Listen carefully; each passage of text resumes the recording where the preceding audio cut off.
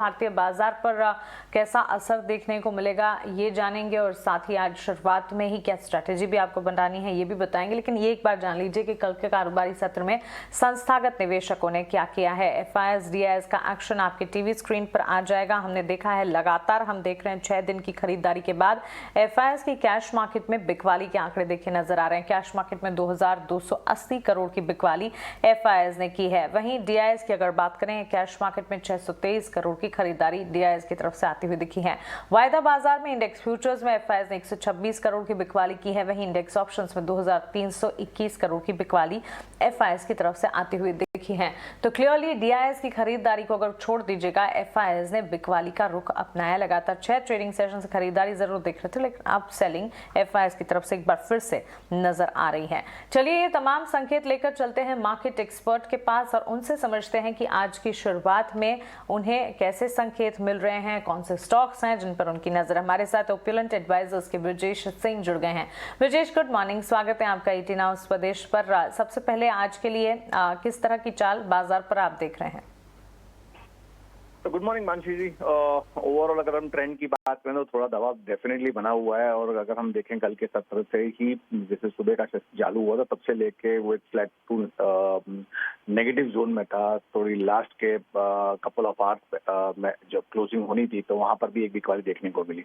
हालांकि मेरा ऐसा मानना है कि एचडीएफसी बैंक का जो मर्जर हुआ था उसकी वजह से जो मार्केट में एक गैप फॉर्म हुआ था वो गैप फिलअप करने को आ रहा है।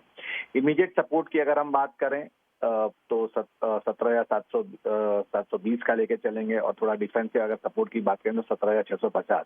तो अगर एग्रेसिव ट्रेडर्स अगर हैं शॉर्ट टर्म के लिहाज से जिनका नजरिया 2 से 4 दिन का है तो आप 17,650 को लेके चल सकते हैं कि ये एक लेवल है, वो ब्रेक नहीं करना चाहिए। इनके जगह वो ब्रेक करता है तो ट्रेंड फ्लैटिश टू नेगेटिव की जगह नेगेटिव ट्रेंड में ये ट्रेड हो जाएगा। रही बात ऊपर के सत्र की रेजिस्टेंस बताओ तो फिर 17,940 का रहेगा और ऊपर में 18,070 का रहेगा। तो मेरा ऐसा मत है कि निफ्टी 17,650 नीचे और ऊपर में 18,200 ये लेवल में ट्रेड करता है। अगर कंसोलिडेट करता है तो well and very good market के लिए। बैंक निफ्टी की अगर मैं बात करता हूं तो ये भी एक flattest opening to negative opening आप देखने को मिल सकती है और 36,400 और 37,200 ये इंट्राडे सपोर्ट रहेंगे। ऊपर में रेजिस्टेंस की बात करता हूं तो 37,950 और 38,250 ये ऊपर के रेजिस्टेंस रहेंगे। बिल्कुल ब्रजेश जी, ये तो हुई इंडेक्स की बात, लेकिन फिर भारतीय बाजार के लिए आज शुरुआत कैसी देख रहे हैं? स्टॉक स्पेसिफिक एक्शन आज कौन से होंगे, स्टॉक्स कौन से सुझाएंगे आप? तो मानसी जी ओवरऑल अगर हम देखें तो आपके चैनल के पे भी मैंने पहले भी कहा था कि पीएसयू बैंक जो है वो डार्क हॉर्स है, इसमें ही ध्यान लगाना चाहिए और इसमें ही एक्टिविटी है। आप देखिए चाहे जो पुल बैक रैली आई है उसमें SBI, Canara bank, bank of Baroda, Indian bank, ये सब में आप देखिए एक उछाल देखने को मिला है। और जो इंडिकेशन है कि कुछ स्टॉक्स तो जहां पर निफ्टी 18,300 पे था उसके लेवल के आसपास तक पहुंच गए हैं और अगर मोमेंटम स्ट्रांग रहा तो ये और भी ऊपर की तरफ जाएंगे। तो उसमें दो स्टॉक्स में है जिसमें बैंक ऑफ बड़ौदा और कैनरा बैंक है, लेकिन मुझे चार्ट पे कैनरा बैंक थोड़ा ज्यादा बेटर लग रहा है। तो कैनरा बैंक इस समय जो बंद हुआ है वो लगभग 247 के आसपास में हुआ है, तो मौजूदा स्तर पे बाई कर सकते हैं। 241 का हम स्टॉप लॉस लगा के चलेंगे और टारगेट हमारा 262 का रहेगा। टाइम फ्रेम होल्ड करने का जो रहेगा वो 1 से 2 दिन का रहेगा। दूसरा जो स्टॉक है पेपर इंडस्ट्री है। आपने नोटिस भी किया होगा कि पिछले 1-1.5 हफ्ते से पेपर इंडस्ट्री में बाइंग देखने को मिली है और उसमें वेस्ट कोस्ट पेपर अच्छा लग रहा है चार्ट पे और 52 वीक हाई पे ही बंद हुआ है। तो 367 के पे बंद हुआ है, तो मौजूदा स्तर पे आप बाई कर सकते हैं। 360 का स्टॉप लॉस ले सकते हैं और टारगेट जो रहेगा वो 380 का रहेगा। टाइम फ्रेम 1 से 2 दिन का ही रहेगा। ब्रजेश जी, शुक्रिया आपका ये सारे के सारे रिकमेंडेशंस हमें बताने के लिए, बाजार पर आपका नजरिया हमें बताने के लिए और स्टॉक्स भी आपके हमें बताने के लिए। तो क्लियरली 2 कॉल्स हैं यहाँ पर। कैनरा बैंक खरीदारी की राय यहाँ पर ब्रजेश की तरफ से। वेस्ट कोस्ट पेपर में भी, पेपर स्पेस में लगातार हम एक्शन देख रहे हैं। अनलॉक थीम का कैंडिडेट भी है ये और अब यहाँ पर अच्छी तेजी के बीच कामकाज है, तो यहाँ पर भी खरीदारी के मौके बनते हुए दिख सकते हैं। और 2 ट्रेडिंग कॉल्स हमारे पास निर्मल बंग से आती हुई दिखी हैं, वो आपको बता देते हैं सेल में बाय कॉल इनिशिएट करने की राय है। टारगेट स्टॉप लॉस आप अपने टीवी स्क्रीन पर देखेंगे 115 के टारगेट्स को ध्यान में रखते हुए सेल में खरीदारी की जा सकती है। 106 का आपको एक स्टॉप लॉस लगाना होगा। वहीं सीक्वेंट साइंटिफिक यहाँ पर भी खरीदारी के मौके ढूंढे जा सकते हैं। 162 के स्टॉप टारगेट को मानकर चले। यहाँ पर 152 153 तक के लेवल्स पर कल इस स्टॉक ने ट्रेड कर दिखाया था। 162 का टारगेट जहां पर ध्यान में जरूर रखिएगा। 144 का आपको एक स्टॉप लॉस लगाना होगा। तो 2 कॉल्स आपके लिए निर्मल बंग की तरफ से और 2 कॉल्स जो हैं ऑपुलेंट एडवाइजर्स की तरफ से ब्रजेश जी की तरफ से आती हुई। 4 ट्रेडिंग कॉल्स आपकी टीवी स्क्रीन पर हैं। लेकिन चलिए अब बाजार बंद होने के बाद अब लगातार कंपनियों के Q4 के ऑपरेशनल अपडेट्स आते हुए दिखे हैं। नतीजों से ठीक पहले ये अपडेट्स जानना आपके लिए काफी जरूरी है।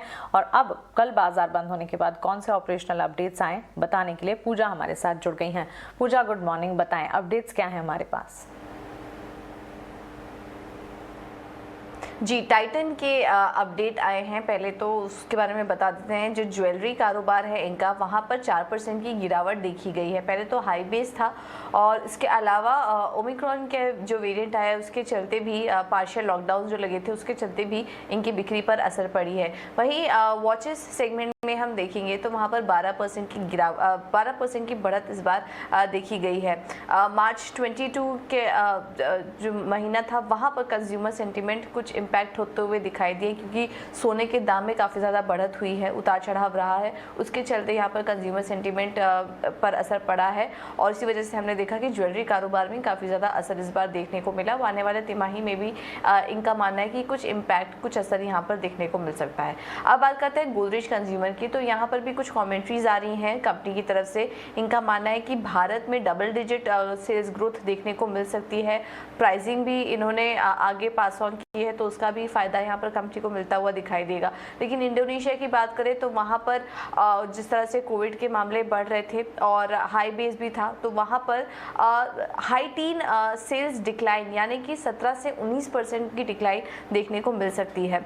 और अफ्रीका में उन्होंने बात की कि लगातार 7वां क्वार्टर है जब उन्होंने देखा कि कांस्टेंट करेंसीज जो सेल्स ग्रोथ थी वहाँ पर डबल डिजिट ग्रोथ देखी गई। तो इस तरह के बयान आ रहे गोदरेज कंज्यूमर की तरफ से। अब बात करते हैं मैक्रोटेक की, तो यहाँ पर भी नंबर्स काफ़ी अच्छे आ रहे हैं। कंपनी का कहना है कि बेस्ट क्वार्टरली परफॉर्मेंस रहा है अब तक का।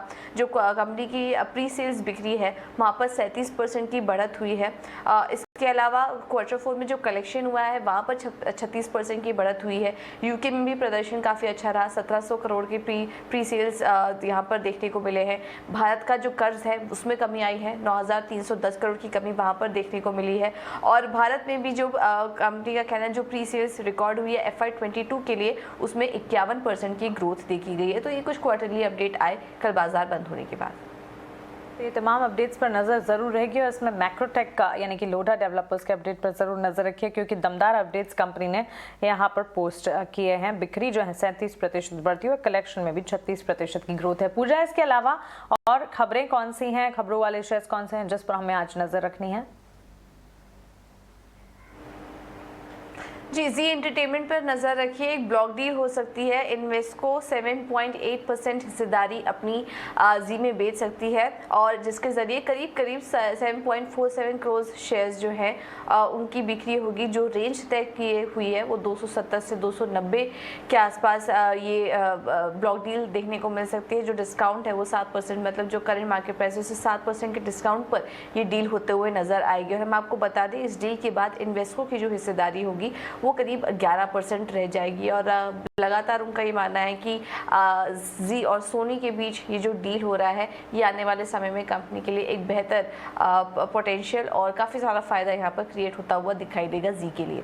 अब बात करते हैं एशियन ग्रेनाइटों की। हमने आपको याद होगा कि बताया था कि कंपनी की बोर्ड की बैठक थी, राइट्स इशू को लेकर घोषणा हो चुकी है। 441 करोड़ का राइट्स इशू की घोषणा की है। जो इशू प्राइस है वो 63 रुपीज़ पर शेयर है, यानी कि मौजूदा भाव से करीब 47% डिस्काउंट पर ये इशू प्राइस तय किया गया है और जो रेशियो है हर 30 शेयर के बदले राइट्स इशू में 37 राइट्स शेयर धारकों को मिलेंगे और जिसकी रिकॉर्ड डेट तय की गई है वो 12 अप्रैल तय की गई है। तो ये कुछ एशियन ग्रेनेटोस के राइट्स इशू से जुड़ी डिटेल है। रिकॉर्ड डेट है 12 अप्रैल, इस पर जरूर ध्यान रखिए। अब बात करते हैं मारुति सुजुकी की। अपने जो काफ़ी बेहतरीन प्रदर्शन करने वाली इको मॉडल थी वो कंपनी रिकॉल करने वाली, उसके करीब 19,730 यूनिट कंपनी रिकॉल करने वाली है। हम आपको बता दें ये जो रिकॉल किया जाएगा इसका जो प्रोडक्शन है ये 19 जुलाई 2021 से 5 अक्टूबर 2021 के बीच जो प्रोडक्शन की गई गाड़ियां हैं वो रिकॉल करेगी। कंपनी का मानना है कि रिम्स के नंबरिंग में कुछ दिक्कतें आ रही थी, इस वजह से ये निर्णय लिया गया मारुति सुजुकी की तरफ से। कैफे कॉफी डे भी फोकस में रहेगा। कंपनी ने अपने टोटल फाइनेंशियल कर्ज रिपोर्ट किया है जो कि 31 मार्च तक 505 करोड़ है।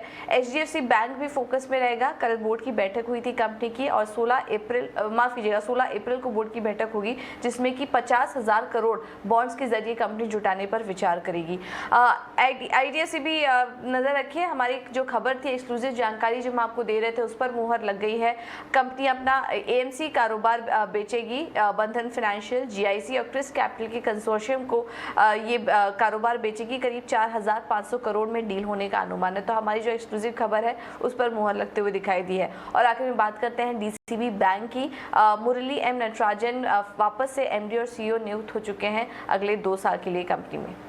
बिल्कुल पूजा, शुक्रिया ये खबरों वाले शेयर्स और साथ ही ऑपरेशनल अपडेट्स Q4 के हमें बताने के लिए। तो ढेर सारे ऑपरेशनल अपडेट्स हैं, ढेर सारी खबरें हैं जिस पर आज बाजार रिएक्ट करता हुआ दिखेगा। इन पर हमें नजर रखनी होगी। लेकिन ब्रोकरेज हाउसेस की भी कई सारी इंपॉर्टेंट रिपोर्ट्स आती हुई दिखी हैं जो आपके लिए जानना काफी जरूरी है। ख्याति हमें बताएंगी ब्रोकरेज रिपोर्ट्स। ख्याति, गुड मॉर्निंग, बताएं। Good morning. शुरुआत करते हैं CLSA से। CLSA ने के हिसाब से इंडिया सीमेंट में FY24 में काफ़ी शार्प रिकवरी दिख सकती है, लेकिन इनपुट कॉस्ट प्रेशर्स की वजह से फिलहाल थोड़ा अर्निंग्स में फ़र्क पड़ेगा। इसके अलावा इस कंपनी का टॉप पिक है अल्ट्राटेक सीमेंट। इसके अलावा देखते हैं CLSA ने इंडिया NBFCs पे एक रिपोर्ट दिया है जिसके हिसाब से कंपनीज में काफ़ी रिकवरी दिख रही है और व्हीकल और हाउसिंग फाइनेंस में अच्छा करने का अनुमान है। व्हीकल फाइनेंस में टॉप पिक है महिंद्रा फाइनेंस, लेकिन मनप्पुरम फाइनेंस को डाउनग्रेड किया है। फिर देखते हैं JP मॉर्गन ने अशोक लेलैंड पे ओवरवेट की राय रखा है। लक्ष्य रखा है 145 रुपये का। मार्केट शेयर कंपनी अपना लगातार इंप्रूव कर रही है और कंटिन्यूड साइक्लिकल रिकवरी दिख रही है कमर्शियल व्हीकल्स में। या इसके अलावा इसका एबिटा भी FY22-24 का एबिटा भी 7 से 13% से इंक्रीज किया है। आखिरी में देखते हैं बोफा सिक्योरिटीज़ ने M&M पे खरीदारी की राय रखा है। लक्ष्य रखा है 1,050 रुपये का। M&M का दूसरे पीयर्स के सामने देखें तो वैल्यूएशन गैप भी कम हो रहा है, तो इन सभी कंपनीज में नजर रहेगा। ख्याति, शुक्रिया ये सारे ब्रोकरेज रिपोर्ट्स हमें बताने के लिए। तो ब्रोकरेज रिपोर्ट्स और खबरों वाले शेयर्स आपने जाने। इक्विटी मार्केट में कहाँ एक्शन दिखेगा ये समझने की कोशिश हमने की, लेकिन कमोडिटी मार्केट पर आज नजर कहाँ रखनी है ये बताने के लिए हमारे साथ जुड़ गए हैं कोटक सिक्योरिटीज के रविंद्र राव। रविंद्र, गुड मॉर्निंग, स्वागत है आपका ET नाउ स्वदेश पर। सबसे पहले बुलियन मार्केट पर ही आपका नजरिया मैं जानना चाहूंगी। एक सस्ती भरी चाल हम देख रहे हैं बुलियन मार्केट में भी देखने को मिल रही है। ऑफकोर्स इन्फ्लेशन के चलते एक इम्पैक्ट है और स्टेडी मोमेंटम विदेशी बाजार में सोने चांदी की चाल पर जरूर दिखा है, लेकिन घरेलू बाजार में जो लेवल्स हैं आपके हिसाब से आगे स्ट्रैटेजी क्या बनेगी? Good morning Mansi. मेरे हिसाब से गोल्ड जो है वो गोल्ड और सिल्वर दोनों ही बहुत एक रेंज में फंसे हुए हैं। इंटरनेशनली अगर देखें तो गोल्ड स्पॉट अराउंड $1,900 से लेकर $1,940 के रेंज में बहुत टाइट रेंज में ट्रेड कर रहा है। मेन रीजन बीइंग थोड़े से मिक्स फैक्टर्स है, क्योंकि रशिया यूक्रेन का जो स्टोरी है वो अभी भी बैकग्राउंड में है, तो जियोपॉलिटिकल टेंशन के हिसाब से सेफ हेवन सपोर्ट है गोल्ड को, प्लस इन्फ्लेशन हेज के तरह भी गोल्ड में एक सपोर्ट आ रही है। लेकिन जो इसमें नेगेटिव फैक्टर है वो फेड को लेके है, क्योंकि फेड के जो गवर्नर्स है I think they are all hawkish और एक्सपेक्टेशन यही है कि शायद मई में they might go for 50 basis rate hike. तो उसके वजह से गोल्ड में एक अपसाइड कैप हुआ है, क्योंकि डॉलर इंडेक्स और यील्ड दोनों में ही हमने एक उछाल देखा है। लेकिन अगेन जो जियोपॉलिटिकल टेंशन है वो सपोर्ट कर रहा है। तो मेरे हिसाब से गोल्ड और सिल्वर दोनों ही रेंज बाउंड है। तो सपोर्ट के तरफ लेना चाहिए और रेजिस्टेंस पे जब भी आता है तो one should go for a short. अभी फिलहाल गोल्ड अराउंड 51,620-30 के आसपास कल का क्लोजिंग हुआ है, तो हमारे हिसाब से 51,550-500 के आसपास एक अच्छा इसमें सपोर्ट बन रहा है, तो उसके आसपास बाई करना चाहिए। 51,200-250 का एक सपोर्ट है, तो उसका स्टॉप लॉस होना चाहिए और अपसाइड हमें फिर से लगता है कि 51,900 तक आ सकता है, बट कोई मेजर तेजी या कोई मेजर मंदी एज ऑफ नाउ नहीं लग रहा है। हमें लगता है कि it might be in a tight range. Even silver में भी आई थिंक एमसीएक्स पर 65,500 से लेके 67,500 68,000 का रेंज होना चाहिए। तो मेरे हिसाब से रेंज बाउंड रहेगा, बट यस लोअर लेवल्स पे हम बाइंग देख सकते हैं गोल्ड सिल्वर दोनों में। बिल्कुल। रविंद्र, साथ ही कच्चे तेल की चाल अगर देखें, लगातार दूसरे दिन हम दबाव यहाँ पर देख रहे हैं। ब्रेंट $101 के आसपास नजर आता हुआ और आईईए की तरफ से भी देश जो है उनके रिजर्व से जारी 120 मिलियन बैरल क्रूड करने की यहाँ पर संभावनाएं अब आती हुई दिख रही हैं। तमाम खबरों का कच्चे तेल की चाल पर कैसा असर दिखेगा? जी, क्रूड में जो रिजर्व्स निकल के पहले यूएस ने कहा कि वो रिजर्व्स ओपन करेंगे और वो दूसरे कंट्रीज को भी इन्फ्लुएंस कर रहे हैं कि अपना रिजर्व्स ओपन करें, लेकिन यूएस की तरफ से एक है कि उनका जो रिजर्व्स है वो अराउंड 2002 के लो के आसपास है, तो I have my own doubts कि कितना रिजर्व निकलेगा। लेकिन आईईए की तरफ से भी जो रिजर्व्स की बात हुई है, I think that has pressurised crude oil prices, क्योंकि रशिया यूक्रेन स्टोरी जो है, yes it is in the background, but अभी उसमें कोई एस्केलेशन नहीं हो रहा है और यूरोपियन यूनियन ने लगातार उन्होंने ये इंडिकेट किया है कि as of now they are not ready to put any ban on crude and natural gas imports. तो मेरे हिसाब से वो कहीं ना कहीं एक डैम्पनर की तरह क्रिएट हो रहा है, क्योंकि ये लग रहा था कि यूरोपियन यूनियन से भी कोई बैन की स्टोरी आएगी, बट वो नहीं हुआ, तो उसकी वजह से क्रूड में अपसाइड एक अभी कैप हो चुका है। जो सपोर्ट था वो सपोर्ट ब्रीच हुआ है WTI क्रूड में 9770 $97.50 का एक अच्छा सपोर्ट था, उसे ब्रीच कर दिया है। तो अभी देखना है कि वो वहां पे टिकता है कि अगर उसके नीचे टिक जाता है तो मेरे हिसाब से और मंदी आ सकती है टुवर्ड्स $95-94 इन WTI। और अगर एमसीएक्स की बात करें, एमसीएक्स में अराउंड 7,150 के आसपास सपोर्ट होना चाहिए। अगर वो ब्रीच हो जाता है तो फिर 6,700 तक आ सकता है। तो हमारे हिसाब से थोड़ा सा मंदी के साइड में ही रहना चाहिए। राइस पे सेल ऑन राइस की स्ट्रैटेजी होनी चाहिए। इसमें अभी जो स्टिफ रेजिस्टेंस है वो अराउंड 7,700 से लेके 7,800 का है। जब तक ये इसके नीचे है तो हमें लगता है कि दबाव बना रहेगा, तो सेल ऑन राइस की स्ट्रैटेजी होनी चाहिए for a target of 7,200। Okay, तो क्लियरली EIA की तरफ से भी बयान आता हुआ दिखा है कच्चे तेल पर, इस पर भी नजर रखनी होगी और सेल ऑन राइज की स्ट्रैटेजी ही यहाँ पर अपनाने की राय रविंद्र जी की तरफ से भी। बेस मेटल्स में आपकी स्ट्रैटेजी आज के लिए क्या होगी रविंद्र जी? इवन बेस मेटल्स में जो टॉप पिक है वो कॉपर है, लेकिन कॉपर में भी अगर हम मोमेंटम देखें तो it is very range bound. Upper side 824 826 का एक कैप है एमसीएक्स पर और लोअर बाउंड इज अराउंड 807 809। तो जब भी हम 811 812 तक प्राइसेस देखते हैं तो वहां से एक उछाल आता है टुवर्ड्स 822। तो इसीलिए हमने वैसी स्ट्रैटेजी सजेस्ट की है। It has close somewhere near 816। तो हमारे हिसाब से 814 812 तक आता है तो एक बार इसमें बाइंग की अपॉर्चुनिटी बन सकती है। 807 809 का बहुत स्ट्रॉन्ग सपोर्ट है, क्योंकि वो काफी टाइम से ब्रीच नहीं हुआ। अगर उसके नीचे निकल जाता है तो फिर 790 तक के लेवल भी हम देख सकते हैं। तो उसका एक स्ट्रिक्ट स्टॉप लॉस मेंटेन कीजिए। I would say that should be reversal stop loss. अगर उसके नीचे आता है तो अपनी पोजीशन को रिवर्स कर देनी चाहिए। और upside again 822 824 would be the target. अगर ये 828 के ऊपर निकल जाता है तो फिर 835 840 तक आ सकता है।